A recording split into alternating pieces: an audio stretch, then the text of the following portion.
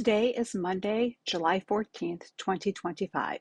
I am the interviewer Amy Moritz with Mary Roickle speaking over Zoom. Mary is a 1975 graduate of Niagara University.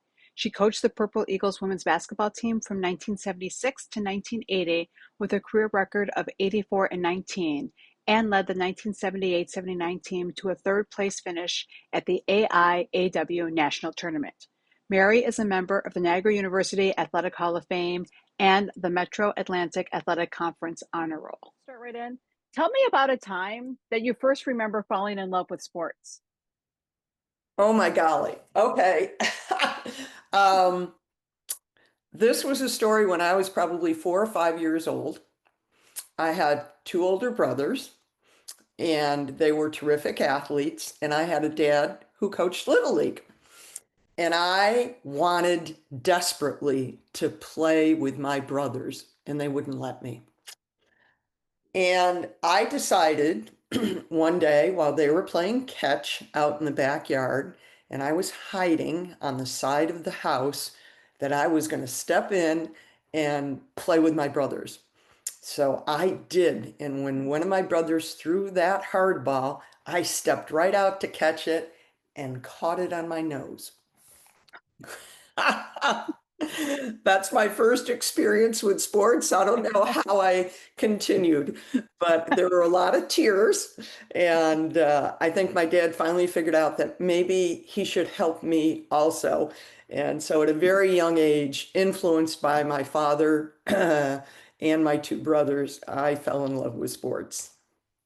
That's fantastic, right? So she's going to be involved, so I might as well keep her from breaking her nose, right? Yeah, seriously. Oh, but it evolved. There were no organized sports for women back then, and I say that there were some. My first real experience was in ice skating. Okay. Both my brothers were competitive ice skaters and very talented in Utica, New York. And I took up ice skating and got some trophies, had some fun with it. But winter cold wasn't really my sport. I did evolve, and we moved from Utica to Syracuse, New York, and got involved in competitive swimming, and I loved it. Had a terrific coach and mentor, even as a youngster. I remember Dave Wilday was his name. And boy, did he get us in shape. We ran more cross country than I would want to or care to want to these days. But I really grew in competitive swimming, was part of a competitive swim team. Proud to have become a leader and captain of the Salve New York swim team, and we were quite successful. Some of my teammates participated in Junior Olympics. I had that opportunity a couple of times. Wasn't the best swimmer in the world in terms of competitive, but it was something that just kept me going and got my juices going. Uh-huh.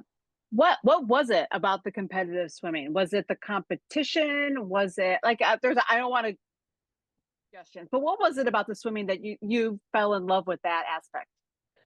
Yeah, I think you always want to try to be the best you can be, and that was something that Coach Wilday would mentor us on. It didn't matter that our best swimmer, her name was Jill Jerome, and her sister Janelle Jerome, our two best swimmers for the girls, were incredibly talented. It mattered that you tried to best your own time, and in competitive swimming, you can do that. If I did 100 meters of something in 1 minute, I was trying to get it under 1 minute. So I think it was trying to be the best you can be. And yet there's also a competitive edge. I did not like coming in third, fourth, or last, whether it was in practice or during a competition. So you really strive to, want to win, to want to have those accolades. Got a few ribbons and medals. Did fine. Good fun. Yeah. So was that a school team or was that like a club team, Y That was a team? club team. Okay. Yeah, I went to private Catholic schools, and every day would my dad would drop me off when we had morning practice at 6 a.m. and I'd get on the bus and go to school, have my breakfast right in the little cafeteria, and then get on the bus to go over to the community center after, because we were doing usually two a days. And it just physically, mentally, I was in great shape and didn't realize that as a youngster, but it was just so much fun to be with a group of people who really enjoyed what they were doing. Uh-huh. Now, tell me how you ended up then going to Niagara. Oh, my goodness. Um, Funny story. I enjoyed physical education. I did swimming until probably my senior year in high school. And I thought that I wanted to be a physical education teacher. So I went to Springfield College and applied to Springfield College, the number one physical education college back at that time and probably still this time. And coming from a private Catholic school that didn't have the most robust physical education program, I was rejected. I didn't get into Springfield.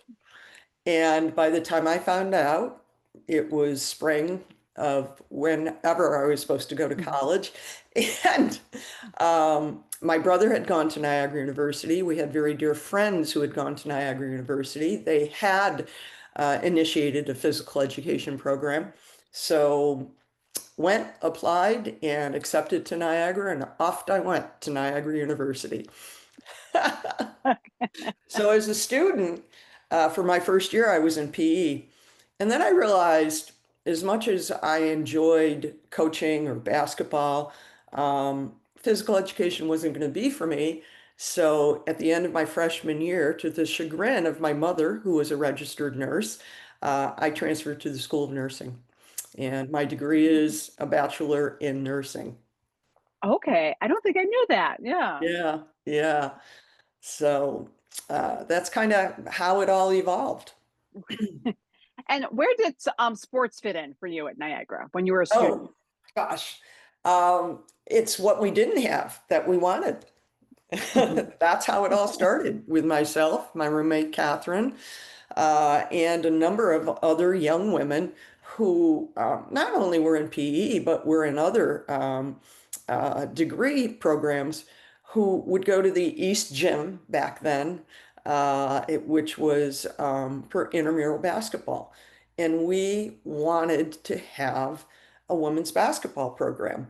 Um, we didn't know anything about Title IX our freshman year, but I still have a letter, and I'll send it to you, that we sent out my sophomore year to initiate or reinitiate the women's basketball program in 1972. So that's pretty much when Title IX hit. And we helped to build the program because of our interest and our wanting and our desire to have a women's basketball program. Now, did you play basketball previously, or is that something that you fell into at Niagara? Like, what's your basketball story? Yeah, yeah, it's kind of crazy. I never really played any organized basketball Mhm. at my private high school, Bishop Ludden High School in Syracuse, New York. We would play intramurals only. But for some reason, and probably again influenced by my brothers, who would beat the heck out of me on the basketball court behind our house, um, I just fell in love with basketball. And not only did I fall in love with basketball, I used to get out of the swimming pool, and if I had time and my dad wasn't picking me up for a bit, I'd go right to the gym and I'd be playing and playing and shooting when I was in high school. So did some intramurals, did some of that, and I just loved sitting in stands and watching particular coaches. And I can still remember being in sixth grade at my school and during a what would have been sectional championship game for grammar school, a particular play that was hatched by a gentleman named Mark Waddick, who ended up at Syracuse University, was in a Final Four at SU, and my gosh, I can remember that play, and I can remember Terry Quigley at Bishop Ludden High School and sitting in stands and watching him coach and seeing all these interactions. So for some reason, I just fell in love with basketball, not only playing it, but coaching it. Right. Yeah. There was something about the strategy. It seems like you were Yeah. really interested in how it all came together. Yeah, yeah, it was kind of cool. So So, at Niagara, like, so was there like, tell me about trying to get a team started. yeah. What was there a lot of, like, where did you find resistance and where did you find support too? Oh gosh. Kind of twofold as a student and then as a coach Coach. because I Hmm. returned to Niagara. So as a student, I think there was probably what I would call passive resistance until Title IX hit.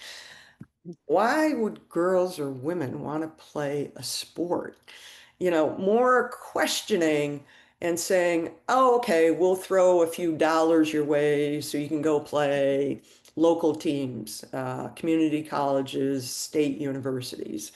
And that was pretty much our schedule in the beginning. It evolved. Our first coach was a wonderful man. John O'Leary was his name. His daughter was a year ahead of us, and she played for us. And he really, I mean, he was a very good coach. And he mentored us and helped us through kind of our freshman, sophomore year. Then they brought in a guy named Al Williams, who was a former Niagara men's player, very good player, and got a little bit more sophisticated, a little bit better Hmm. schedule. Little three became something. I Hmm. can remember playing St. Bonaventure's at Bonnie's our junior year or senior year, and we beat them.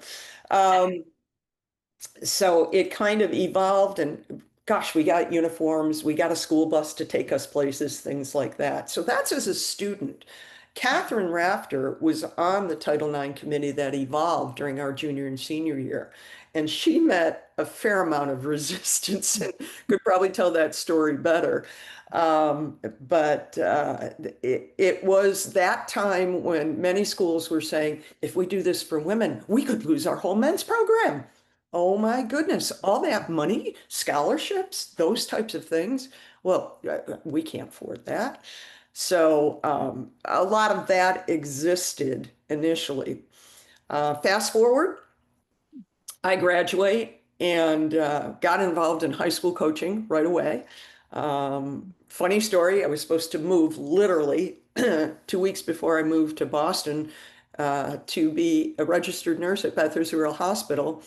I ran into a high school coach from my old high school, Bishop Ludden, at a car wash. And she told me, um, gosh, I have an opening for an assistant coach. And I went home, told my mother, I'd really like to do this, but now I have to find a job in Syracuse, New York, which I did. I became a school nurse and an assistant basketball coach at Bishop Ludden and school nurse at Salve High School, the public high school. So it just worked out, happenstance that I had a year's experience. Niagara now announces for a coach. We're going to have scholarships. We're going to have real coaching. We're going to have practice time. We can get the gym. We're not going to offend the men and all that fun stuff. And I applied for the job. What the heck? And I interviewed and I got a phone call from the athletic director, Frank Layden, dear, dear man who just recently passed Just away. yes. Hmm. He was my first boss, and Frank said, I'm so sorry, Mary.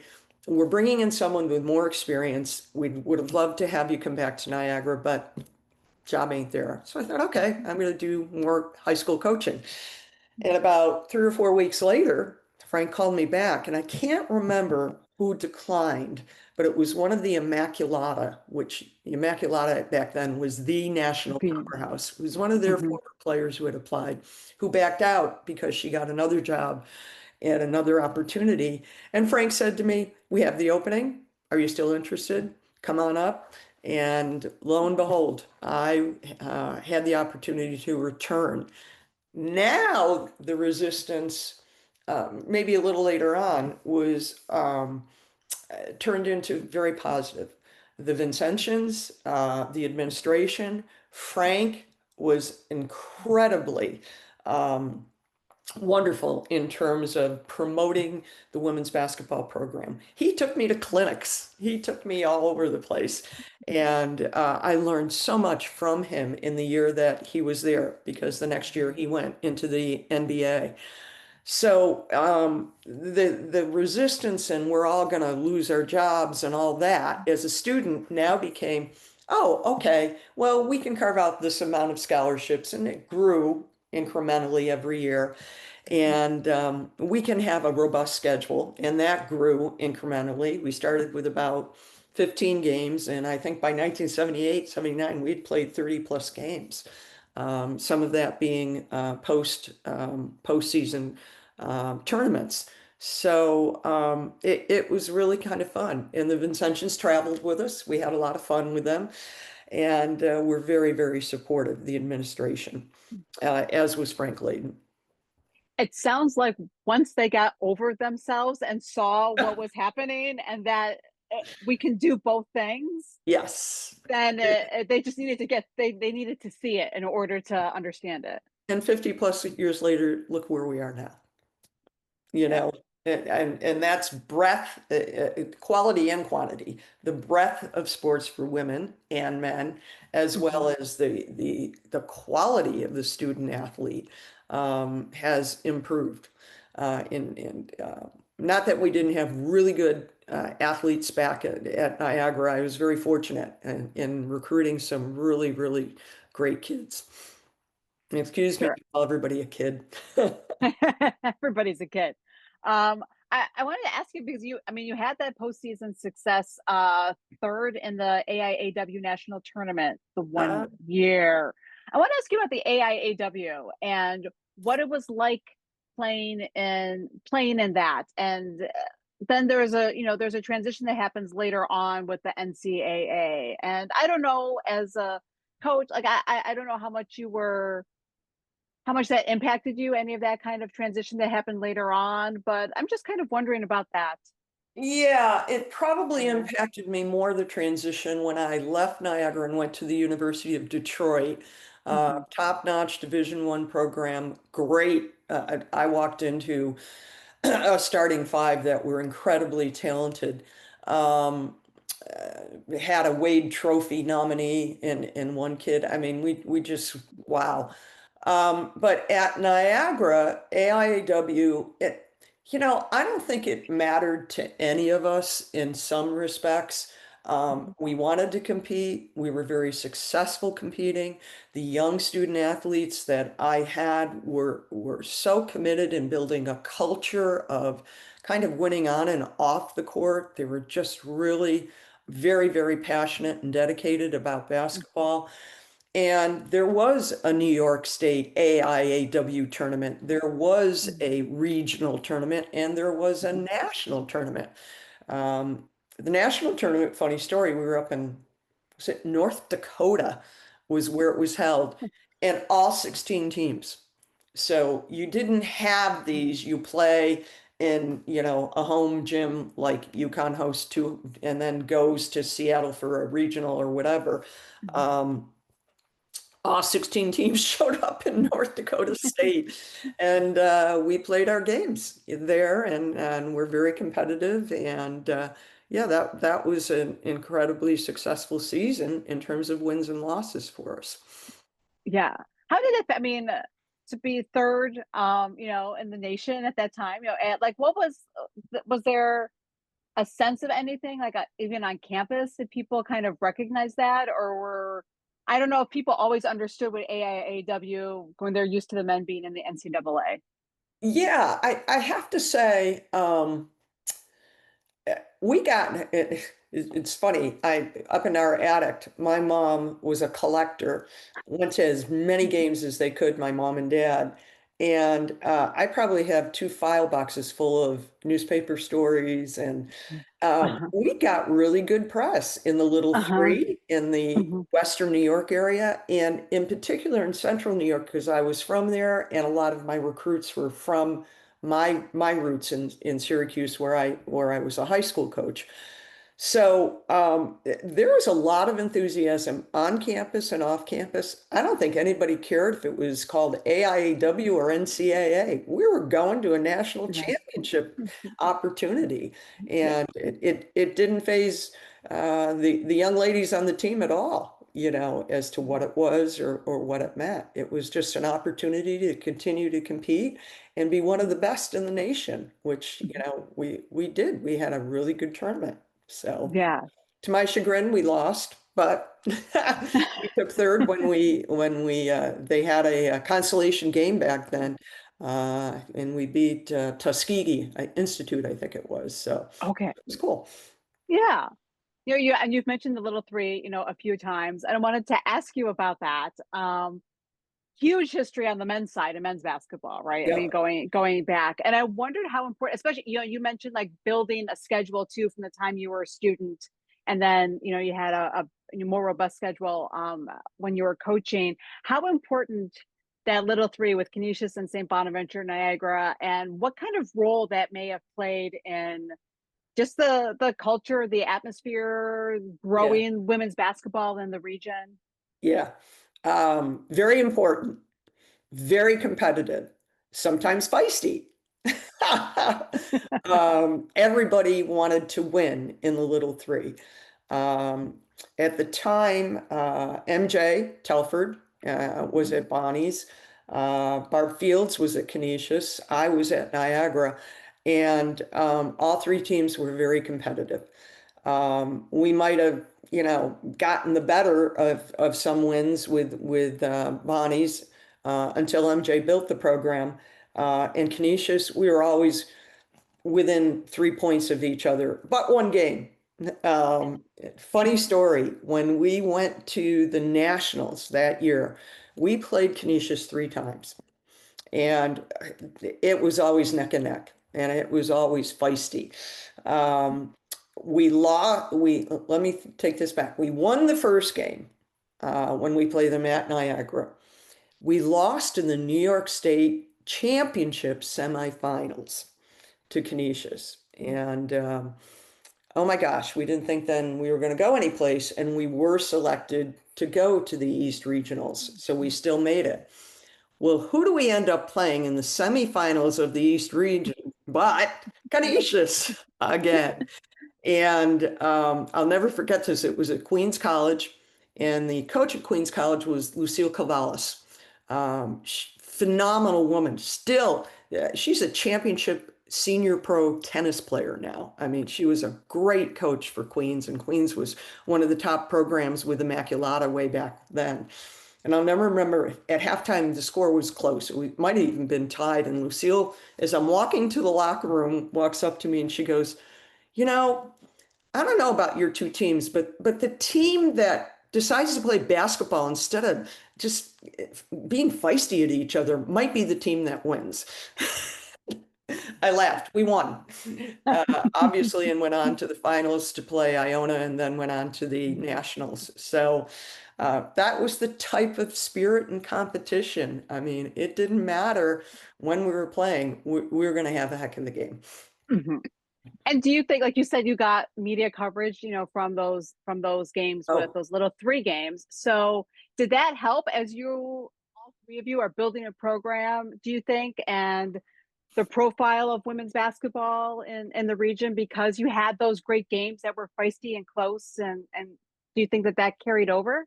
yeah, no, Mhm. I think you're right.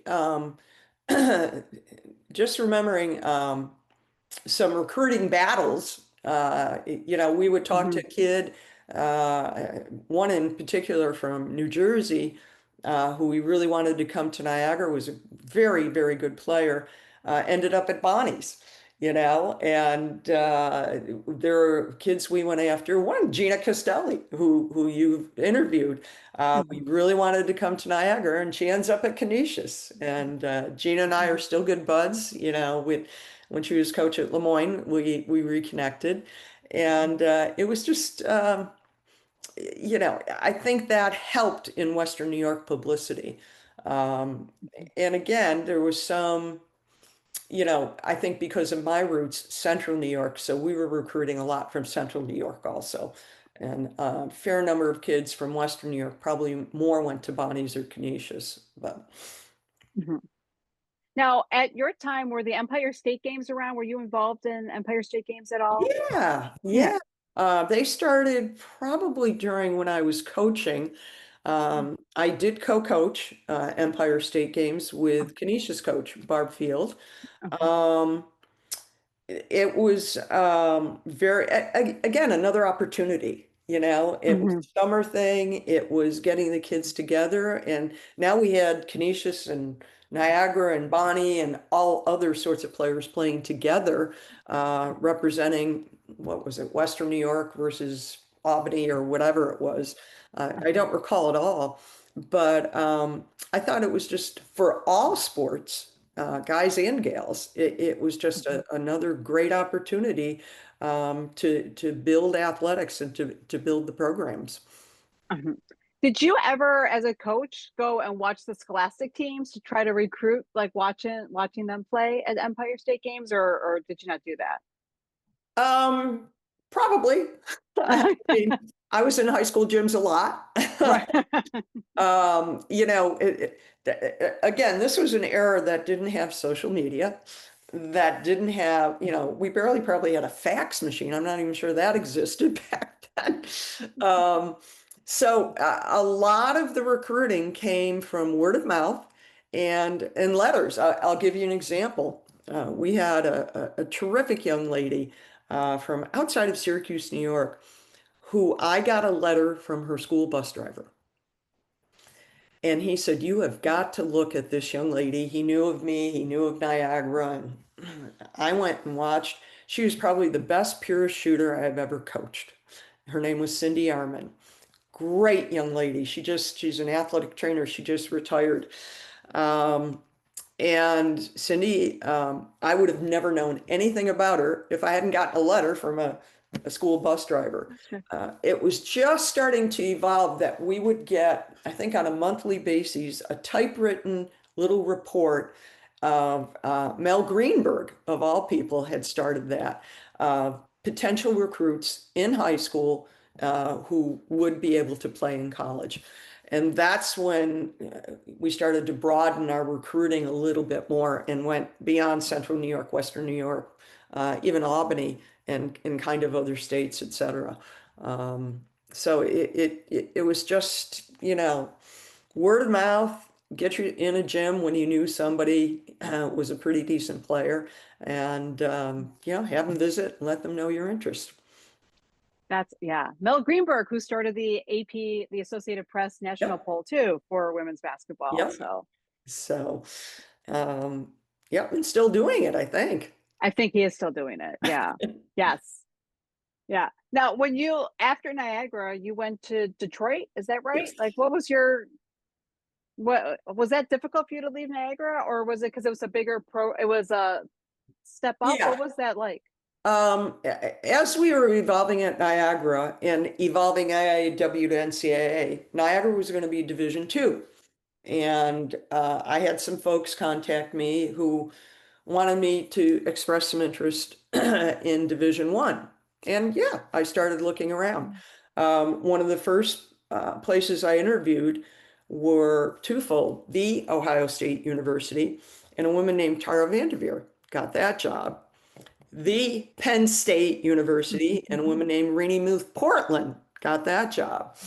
So I looked at a couple of others, and University of Detroit, another Catholic school, reached out to me. And a wonderful athletic director back then, Larry Girasciati, a New Yorker. He was from New York with his wife, Mary, who literally adopted me. I'm in my mid-20s and going to Detroit and all new stuff. And so it was a Division One program. It was an incredibly successful program that had been started by another woman who had taken the job at the University of Washington. And wow, I here I go. I moved to Detroit, Michigan. I have no idea what to expect, and had some successful years. That's great. And so someone who went to college and you're like, physical education is not for me. You got your nursing degree instead. What was it about coaching that then you kind of caught you a little bit? Gosh, it's kind of hard to explain. Yes, you have a passion for the game and the strategy of the game and learning the game. Um, but it was more, I could connect with young ladies, kids, some who I'm still connected with 50 years later. And at that time, I don't think I realized um, helped to create a culture that wasn't only successful on the court, but had life skills and life lessons. Now my coaching in high school is all about that. And yes, we've been successful, and yes, we've won some things. But now it's really more focused on helping these young ladies understand that there are life lessons that you can take competing, particularly in a team sport. I'm not sure I always recognized that when I was in my mid 20s and, just wandering around having fun, coaching basketball. So there's a passion part of it, but there's a relationship part of it and connecting with young women who, you hope you help. And what goes around comes around. I've heard back from some who have figured it out or said, yeah, those were formative years for me. And those are always heartwarming. Sure, yeah. And you talked about building that culture kind of unknowingly, building that culture at Mhm. Niagara, and then now more kind of a little bit more purposefully. I'm wondering with today's generation, right, of girls playing sports, or playing basketball, what do you want them to know about? They're so far I don't think a lot of them can understand like your Yeah, right, the experience in the 70s and the building of the program. And so yeah. do you think it's important for them to understand some of that history? What would you want them to know about where their pedigree kind of comes from? Yeah, it's funny. I'm an oldie but goodie to these young ladies now.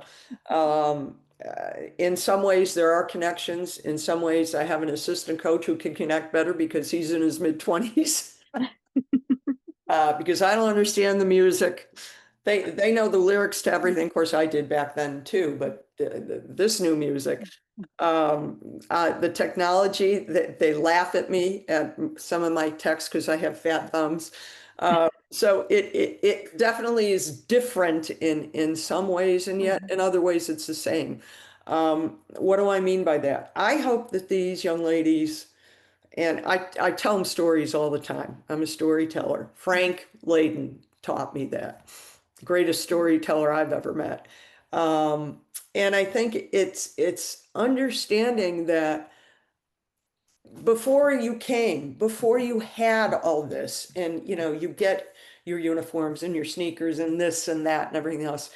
Um, there are people who came who toiled, who were pioneers, who helped to create this with their handwritten letters, with their enthusiasm to want to use the gym and not have the boys kick them out of the gym. Funny quick story, sidebar. I interviewed at St. John's with Lou Carnesecca.